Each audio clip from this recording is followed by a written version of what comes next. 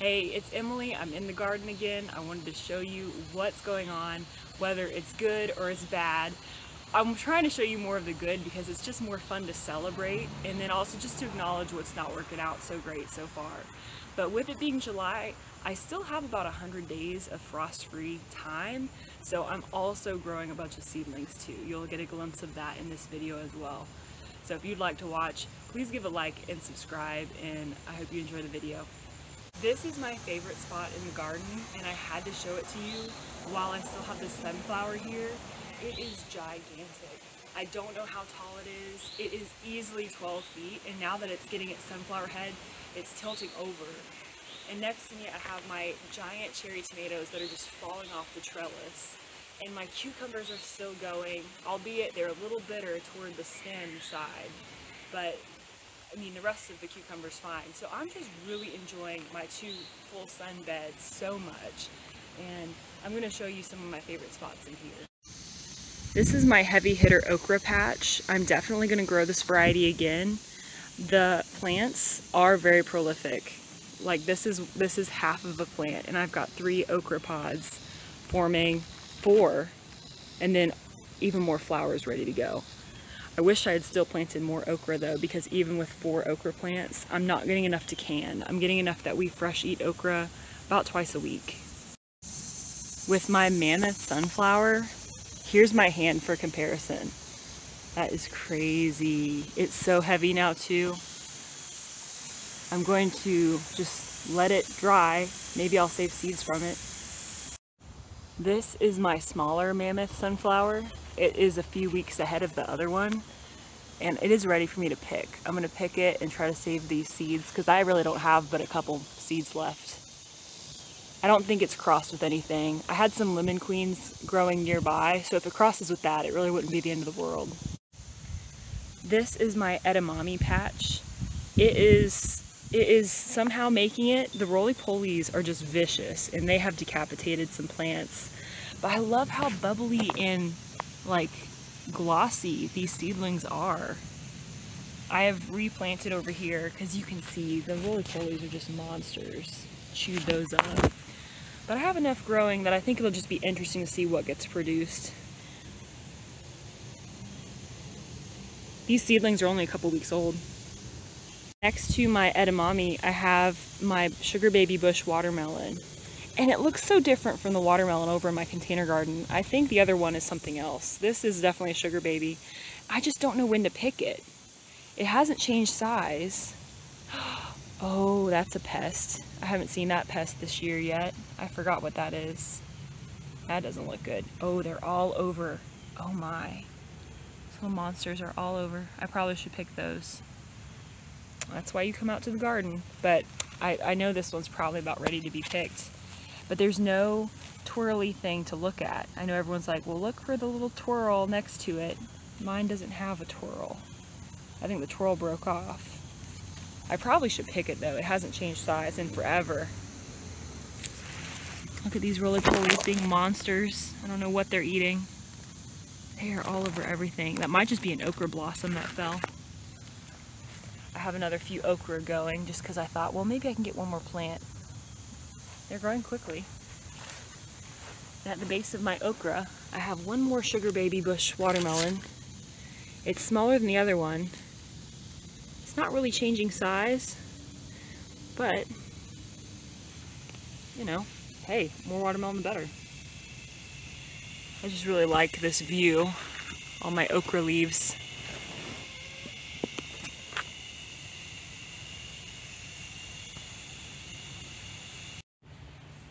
This is one of my raised beds.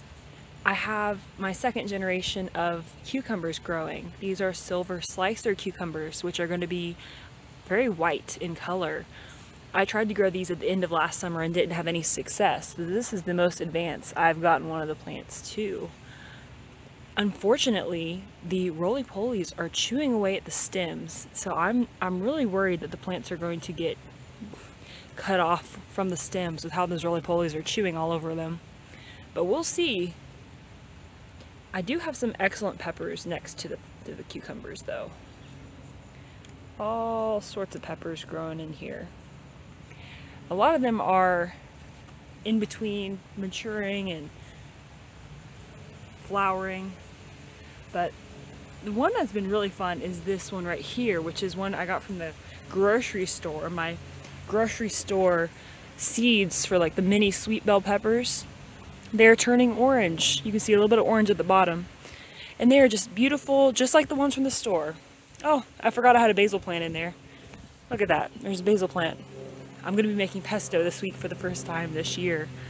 I actually just finished off all the pesto that I had in the freezer, or at least I have one serving left, and that's it from last year. And you can see I have irrigation running in my beds now. I have a distribution line, half-inch distribution line going along the end of the bed, and then I punched into it for my 1/4-inch distribution line. But funny enough, since I put in my irrigation, it's actually been raining a lot, so I've only used it a few times. Here is another quad bed, as I call it, where I have peppers and basil, as well as some cosmos, which are supposed to be dwarf variety, but they are as tall as my tomato plant, which, so I would not call that a dwarf. That guy is over 3 feet tall. But my tomato plant over here is struggling a little bit. I need to come prune off some of the blight that you see. I have been leaving them alone, mainly because the plants have been looking kind of sickly, and I think I'll just tear them, might just tear them out. But more excitingly, I have some really happy peppers back here. So these red ones are turning to red, are called Lesia. It's just stunningly vibrant, and they're pretty prolific. I have 4 or 5 of the plants going around the garden.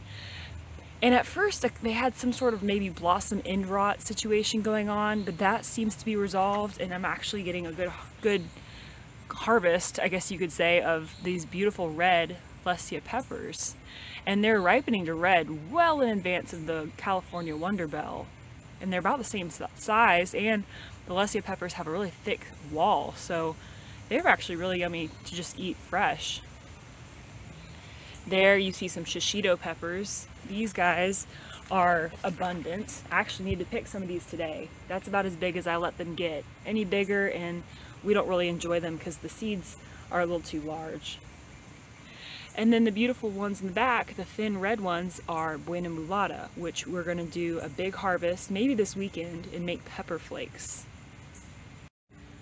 This is the last of the quad beds, and I'm just trying to show you highlights, but I wanted to show you this bed as a more honest representation of the garden right now, because there are a lot of spots like this, from this bed on into the shade garden behind it, where I lost a tomato plant, so I just took it out, and my sun gold that's left is actually looking really healthy, although it's not as big as my other sun golds in the more full sun area, but it is still a healthy looking plant.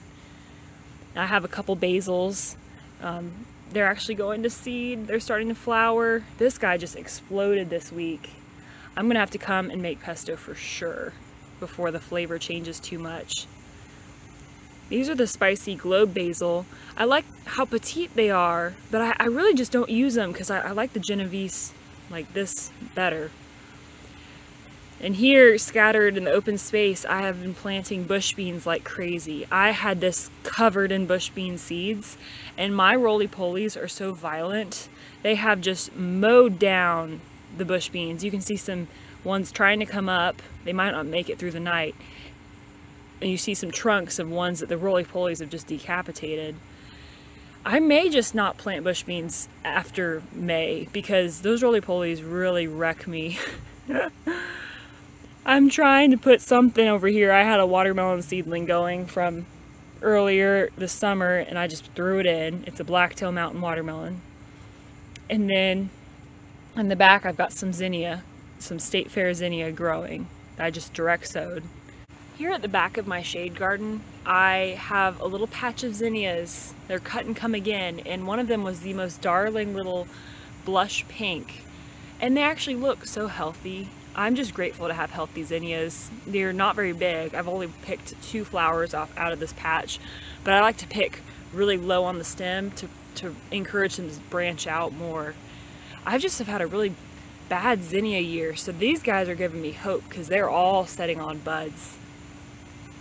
I've been direct sowing like little patches of more zinnias over there, and I found these little tiny green spots or some borage seedlings I found in some pots. I transplanted back here because I wouldn't mind having some borage here in the shade. So this is the first row in my shade garden. I had to pull out all the squash and pumpkin because last week the vine borer found me, so that's okay. I had some seedlings going, I just direct sowed. So I have some cantaloupe seedlings that I popped in here and there. And I had some watermelon seedlings. Those are Jubilee watermelon that I popped in there, and they're actually surviving. The monster roly-polies have not mowed them down yet.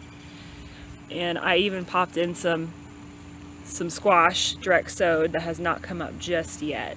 So I'm trying to get this filled back in for fall. But my plan back here, if I can't get this filled in for fall, is to rip out the cucamelon trellis, which looks pretty nice from a distance, but the plant's pretty roughed up, and pull out some of these little sunflowers I have. Like this poor little sunflower is growing sideways. So he bloomed, but the cucamelons are crawling over him.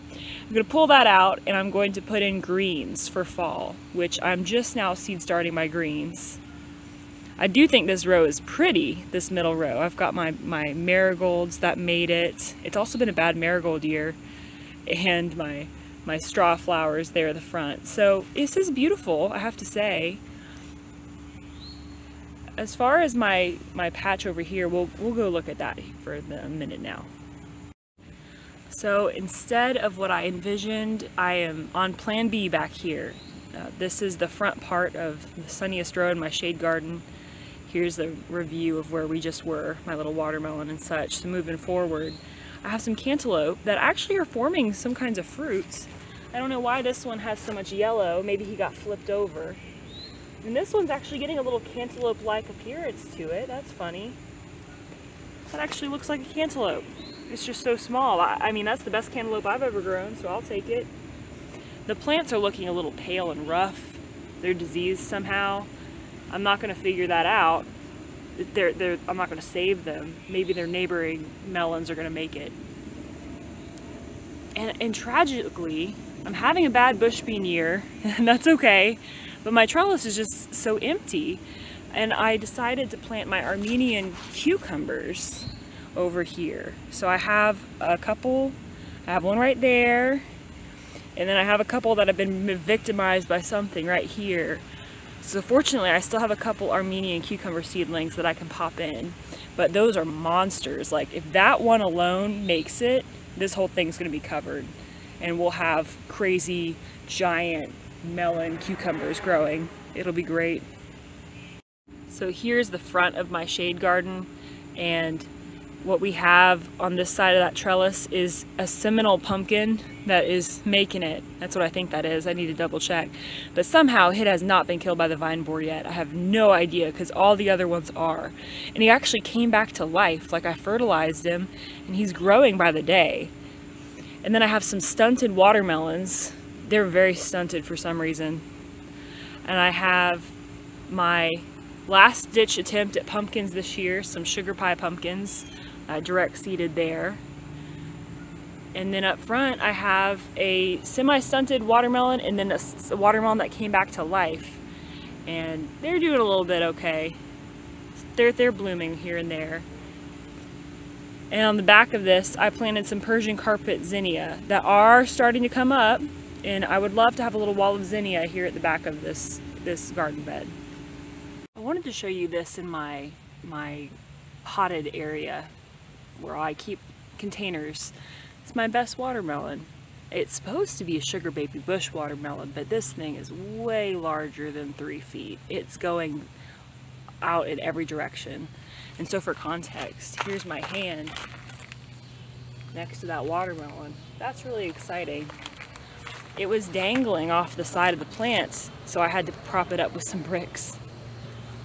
Overall though, I have some happy cantaloupes this way that just started setting fruit, and my mint, chocolate mint, I brought it back from the brink of death, I have some Greek oregano back there, some catnip, and then I just direct seeded a bunch of flowers.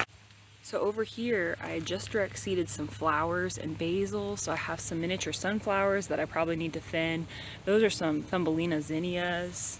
And over here I have some basil that I direct seeded. I've never direct sown basil, and so I'm really pleased at this. I definitely need to thin that. I have my lavender, my fig tree. And over here I have some more Thumbelina zinnia and some more sunflowers. I'm finally getting the hang of seed starting because I've switched from trying to make my own potting soil with peat moss and perlite vermiculite blend to just a store-bought potting soil, and everything is happy and healthy and thriving. I planted all of these seedlings last Friday and today is Wednesday, so we're less than a week in and almost everything has germinated out here in the heat.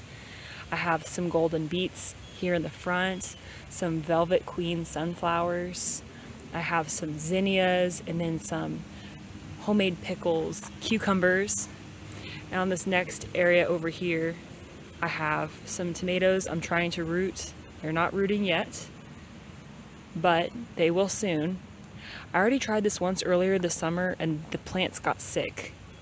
So I'm really hoping these will actually make it. I am happy though, I'm rooting this basil for a friend. And it has some nice roots. I need to put it in soil soon actually. So all of these seedlings, like the flowers, some small miniature zinnias back there, are all going to be going in the garden to fill in gaps as I start taking things out from this early part of summer. Thank you for watching my garden tour, highlight reel, whatever you want to call it. It is still growing. We've gotten lots of rain. I feel lucky. The crazy heat hasn't hit us down here in Georgia for some reason. So things could be a lot worse. And if you are having a lot of heat and drought, I feel for you. I'm sure I'll have my year sometime soon with that too. If you enjoyed this video and it gave you some inspiration, please give it a like and consider subscribing. I am still planning to post content through the rest of the summer for sure. So you'll get to see how I change all of this from summer over to fall as we get closer to that time. I hope you have a great rest of your day, and thank you again for watching.